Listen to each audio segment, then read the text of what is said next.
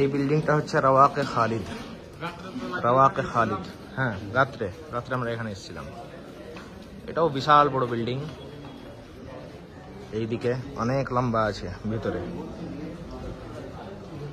ভিতরে অনেক লম্বা আছে। এটা একটা গেট, এখানে ধোপা মানে এরা নিয়ে যায় ছেলেদের, ঘরে এসে নিয়ে যাবে, মানে টাকা দিয়ে করাতে হয়, টাকা দিয়ে। সবাই তো আর নিজের কাছে না, আমরাও করাতাম সময় বিশেষে। এরা এরা ছাত্রদের কাপড় টাপড় নিয়ে যায়, হ্যাঁ, নিয়ে গিয়ে পরিষ্কার করে আবার দিয়ে যায়। এটা হচ্ছে সেই বিখ্যাত বিল্ডিং দারে জাদিদ। এই বিল্ডিংগুলো আমরা পুরো ভিত থেকে হতে দেখেছি। 2007-এ যখন আমরা এসেছিলাম এখানে প্রথম, এই বিল্ডিংটার বাইরের অংশটা নির্মাণ কাজ চলছিল এবং তারপরে ছাত্রদেরকে থাকতে দেওয়া হয়। এবং ওই পাশেরটা পুরো তখন পুরাতন বিল্ডিং, আগে স্ট্রাকচার এরকম ছিল, হ্যাঁ, ওগুলো তখন ভাঙার পরে পুরো ভিত থেকে একদম শেষ পর্যন্ত আমরা ওই বিল্ডিংগুলো হতে দেখলাম। দুর্দান্ত বিল্ডিং এগুলো। এটা হচ্ছে পুরনো দারুল হাদিস, পুরাতন অংশ। এর পিছনে রয়েছে ইহাতাই মোয়ালসারি, হ্যাঁ, সে ব্যাপারে আপনাদেরকে আমি দেখাবো এবং তার কিছু ইতিহাস আপনাদেরকে বলবো ইনশাআল্লাহ। এই যে ছাত্ররা এখন মানে পরীক্ষা যেহেতু শেষ হচ্ছে আস্তে আস্তে, এবার ছাত্রদের আনাগোনা শুরু হয়েছে। কেউ খাবার নিবে, কেউ নিজের রুমে যাবে, হ্যাঁ, ক্যাম্পাসে যাবে। ছাত্ররা বিভিন্ন রকম ভাবে সবাই নিজে ব্যস্ত, যেহেতু এখন পরীক্ষার সময়, ফাইনাল পরীক্ষা। এগুলোতে জায়গা পার্ক করা আছে সব।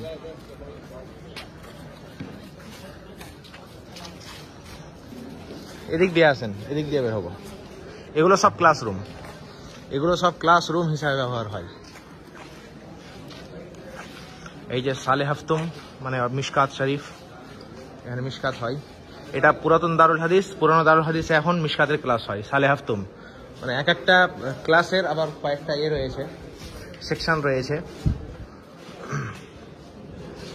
এগুলো সব এখন ক্লাসরুম।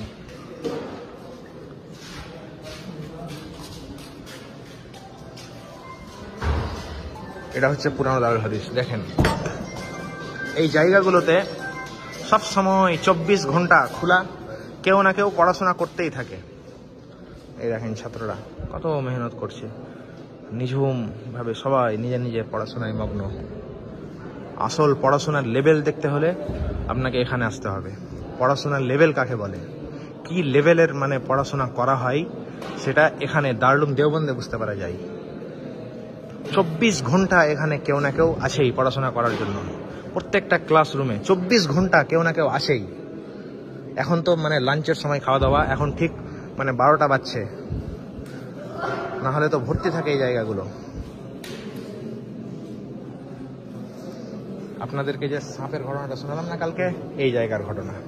এই জায়গা, এই রাস্তা দিয়ে আসেন, শেখুল হাদিস আসতেন, এখানে তার মাসনাদ ছিল এখানে। তারপরে এই জায়গাগুলো সবুজ চাদর দিয়ে করে দিয়েছিল। কিসের ক্লাস হয় এটা? মিশকাতের ক্লাস হয় এখন।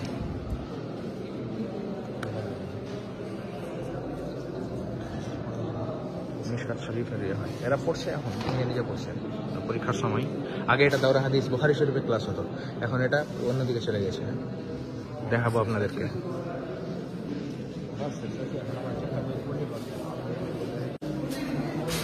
এগুলো সব দারুল দেওবন্দের ক্লাসরুম। এবারে আমরা প্রবেশ করলাম, এটা হচ্ছে ইহাতায় মোয়ালসারি।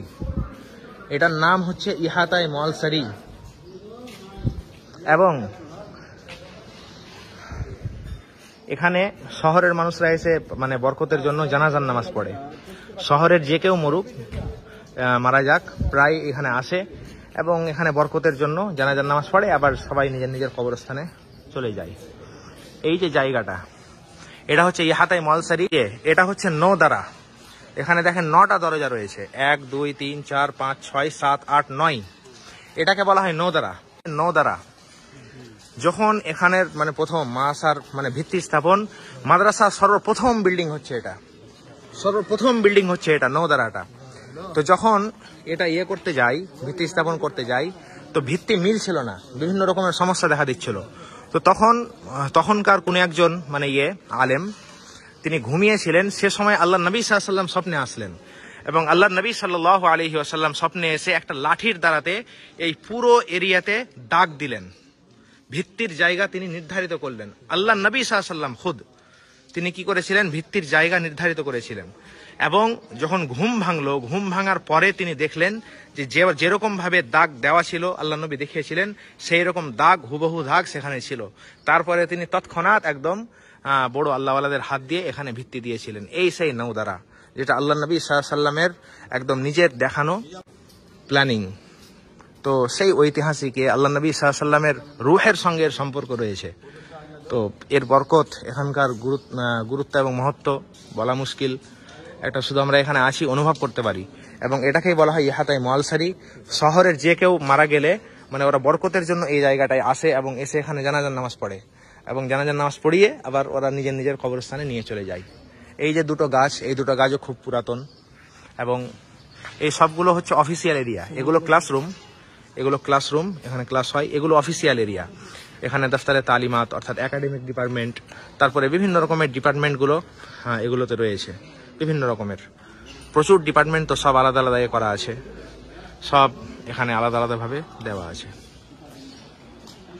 এবং সামনে রয়েছে কুয়া। সেই কুয়ার ব্যাপারেও আপনাদেরকে এখনই আমি বলবো ইনশাল্লাহ। এই সেই বিখ্যাত কুয়া। এখানকার একজন আলিম বশির আহমদ সাহাব রহমতুল্লাহ আলাই, তিনি স্বপ্নে দেখেছিলেন যে এই কুয়াটা আগে থেকেই ছিল এবং তিনি স্বপ্নে এই কুয়ারই এটা জল উঠছে, এই কুয়া থেকে এই জলটা আসছে। এখন পুরো ঢেকে দেওয়া হয়েছে এবং এখান থেকেই জলের ব্যবস্থা করা হয়েছে। এই কুয়ার ইতিহাস হচ্ছে যে বশির সাহেব রহমতুল্লাহ আলাই তিনি স্বপ্নে দেখছেন যে এই কুয়ার পাশে আল্লাহ নবী সাল্লাল্লাহু আলাইহি ওয়াসাল্লাম দাঁড়িয়ে আছেন এবং এই কুয়ার দুধ একদম মন পর্যন্ত অর্থাৎ এই উপর পর্যন্ত উপচে উপচে পড়ছে এবং ছাত্ররা এখানে সব ভিড় জমিয়ে আছে এবং আল্লাহ নবী সাল্লাল্লাহু আলাইহি ওয়াসাল্লাম সহস্তে নিজের হাতে তাদেরকে দুধ পান করাচ্ছেন এবং সেই দুধ কেউ বালতিতে ভরছে, কেউ লোটা, কেউ বদনা, যে যেরকম ভাবে পাত্রে ভরছে। আবার মানে কেউ কেউ নিজের হাতের আঁচলে করে চুল্লুতে করে পান করছে। আবার যারা পাচ্ছে না, দূর থেকে ওই দুধের ছিটা তাদের গায়ে লাগছে। তো মানে এর যে স্বপ্নের ব্যাখ্যা তাবির করা হয়েছিল যে আল্লাহ নবী সাল্লাল্লাহু আলাইহি ওয়াসাল্লাম, যেহেতু তিনি তো মানে আসল সত্য, যেহেতু তার স্বপ্নে যে স্বপ্নে আল্লাহ নবীকে দেখলো সে সত্য দেখলো, কারণ আল্লাহ নবী সাল্লাল্লাহু আলাইহি ওয়াসাল্লামের রূপ শয়তান ধারণ করতে পারে না, আল্লাহ তাআলা হারাম করে দিয়েছেন। তো আল্লাহ নবী সাল্লাল্লাহু আলাইহি ওয়াসাল্লাম তো তিনি নিজেই, এবং এই যে দুধ এটা হচ্ছে ইলম, এবং যারা ওই দুধ পান করেছে তারা হচ্ছে এখানকার শিক্ষার্থী, এবং যে যত বেশি পরিমাণে দুধ পান করেছে বা নিয়েছে, হাসিল করতে পেরেছে, তারা তত বেশি ইলম পেয়েছে। এবং যারা এই দারুল উলুম দেওবন্দের সঙ্গে সম্পর্ক রাখে, যত দুনিয়াতে লক্ষ লক্ষ মাদ্রাসা রয়েছে, ওই সমস্ত মাদ্রাসাগুলোও হচ্ছে মানে আমাদের ওলামায়ে দেওবন্দেরই মানে অংশ একটা। তারা ওই যে দুধের ছিটাগুলো দূর থেকে পেয়েছিল, এইভাবে এই কুয়ার এবং আল্লাহ নবী সাল্লাল্লাহু আলাইহি ওয়াসাল্লামের নিজের হাতে সহস্তে দুধ পান করানোর তাবির করা হয়। তো এই সেই বিখ্যাত কুয়া।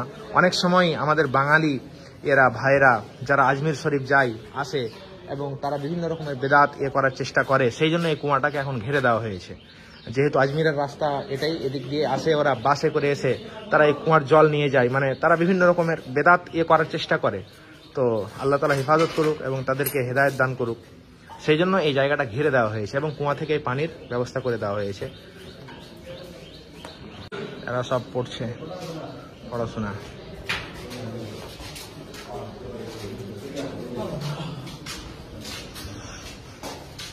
এগুলো সব ক্লাসরুম দারুল উলুম দেওবন্দের।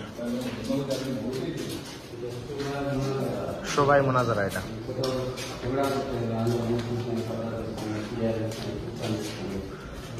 মোনাজারা বিভাগ, ওইভাবে প্রস্তুতি নেওয়াই এরা।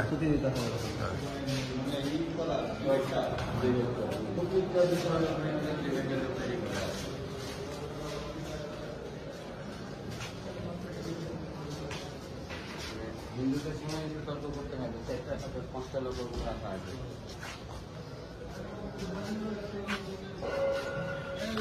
এরা এক প্রকার ঝুলন্ত সিঁড়ি নিয়ে যাবে, দেখছেন এভাবে এভাবে আট কর্ণ বললেই যাচ্ছে। হ্যাঁ, শক্ত মতো ভালো হয় অবশ্যই।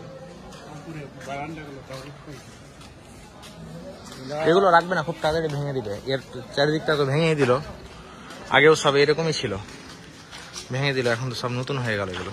আসলে মানে জায়গা বিশেষ বুঝলেন কিনা, জায়গা যতটা কিনা বাচ্চা অতটা মানে বেশি ঘুরবে, হ্যাঁ বলে অবশ্যই। এটা করছে।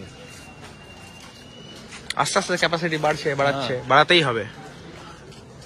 তো ভেঙেছে না এখানে। হ্যাঁ